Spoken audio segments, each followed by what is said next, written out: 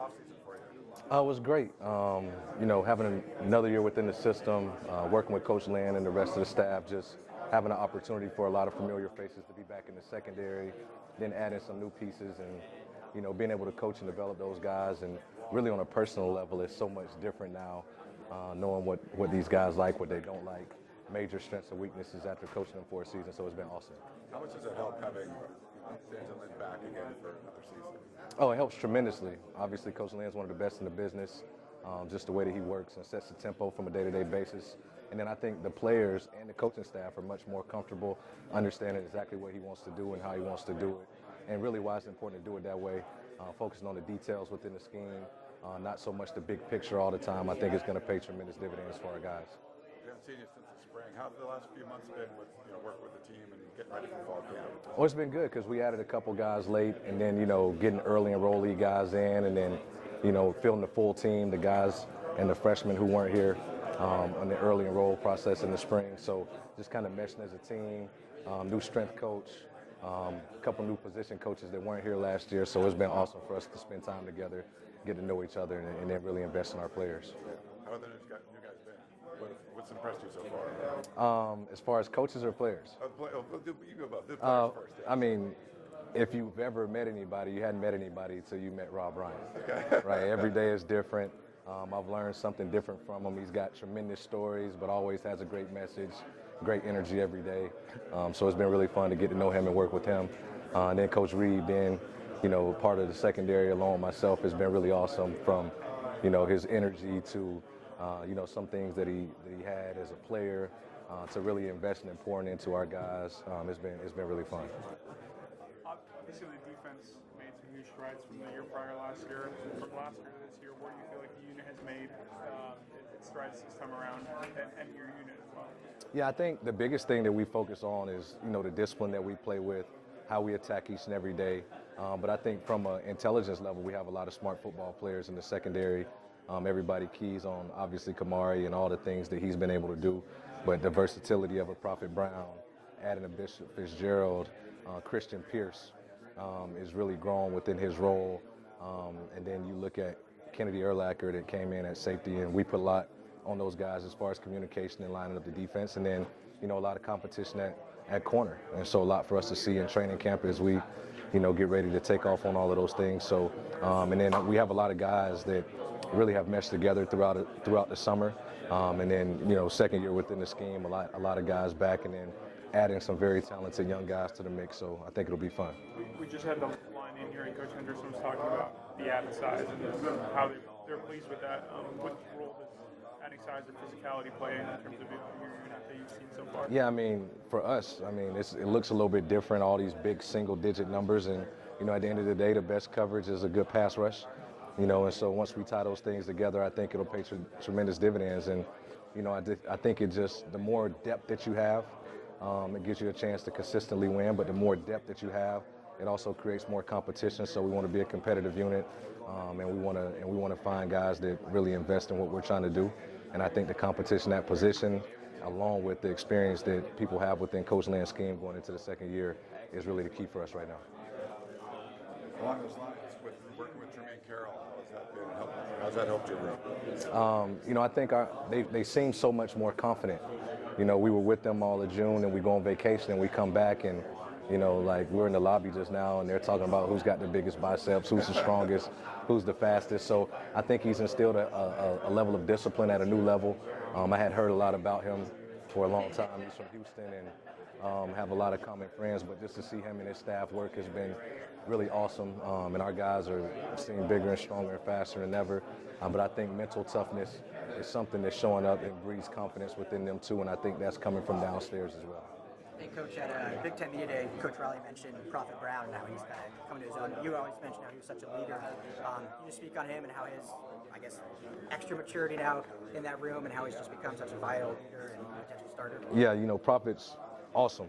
As a person, as a player, very selfless, has position versatility, can play every position in the secondary. And he's kind of, bought his time, and whatever his role is, he's always tried to maximize it. So he has a lot of respect, from the people in the locker room, and we talk a lot in the secondary about, the greatest respect that you can have is the respect of your peers. And I think that people respect him for the way that he approaches each and every day. And then, he's played nickel, he's played corner, he could play a lot of different positions, and he's really invested into what we're doing on special teams. So, he's one of those guys as a coach that makes you better every day with his intelligence, the questions that he asks, and really sets a lot of examples by how he works. And then he's got a very infectious personality. He always is dancing and has tremendous energy. But overall, he's just a smart football player that really wants to be a Trojan and has embraced his role here ever since he's been here. So he's awesome. How do you bring the vision as far as how you guys envision the defense and bringing that together and to be able to, obviously, it's an ongoing thing, but when you start, and obviously with the end goal would be how you guys continue to keep that at the forefront each and every week? Yeah, I think it goes back to Coach Riley's vision for the program, Coach Lynn's vision for what he wants the defense to be, and then specific for the secondary, we talk about setting the tempo each and every day of practice because we have one of the toughest jobs on the field, but we want to embrace that. We got to play man coverage, we have to tackle, and then we're on mostly all core special teams as well. So we feel like the better energy that we have, the more physical that we play, the more it's going to spread throughout the team and can be infectious. So we want to be able to set the tempo on a daily basis and be consistent in what we do in our performance, and I think that correlates to production on the field. Kamari's become a more vocal leader. He said himself that he's been a homebody most of his life. Did you have to do anything to kind of pull that out of him or like coach him to do that at all, or is that all like intrinsic? Yeah, he's like Kamari's very unique in his approach because he's one of the most attentive, most intelligent guys that I've ever been around in football, from a player to a coach. And so sometimes he may not say much, but he's listening to everything. If you look at his notes, I mean, he could go up there and, coach meetings if he had to. But the challenge to him is we just, give him different goals and things that he does, because sometimes he may not say something, but when he does, the respect that he has from his peers, from the way that he works to the way that he approaches football, the level of intelligence, that he plays with. So we just challenge him in different ways. He wants to be that. He embraced having a chance to be a captain. And I know at Big Ten Media Day, he talked about, having an opportunity to lead. And, he's really embraced coming back to school for another year, not entering the NFL draft. And I think some of those small details as far as some technique stuff on defense and, being a vocal leader and a leader by example and really coming into his own in that area, I think it'll pay dividends for our team based off of, one, the type of player he is and the type of person, but being a safety in this defense, you have to be able to communicate at a high level. Last year, Akili Arnold did an awesome job of that along with Kamari. Then, rolling a veteran guy like Bryson Shaw in, who had a lot of game experience as well. And so we put a lot of onus on him, to really show that part of him. And then a lot of his goals and aspirations and things that he wants to do, he has to show that he could do that and quarterback the defense and some of those things. So we'll continue to challenge him in some of those areas and a lot of things for growth that we talk about a lot. To really grow, you have to be able to get out of your comfort zone a little bit, come out of that shell, and he's done a really good job of doing that over the spring and the summer. Yeah, so when you ask him to do those things, is it like one-on-one meetings? Like, do you recommend like books he read, or?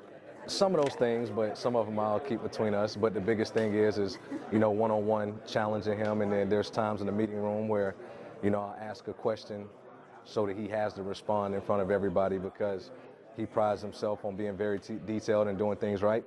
So you got to find your spots to be able to, really press him and coach him in different ways. And, really for me sometimes it's changing my leadership style, to make the players communicate more within the meeting room. So challenging him in different ways, and he always responds to the challenge. The biggest thing is that he has to do it when nobody is in there.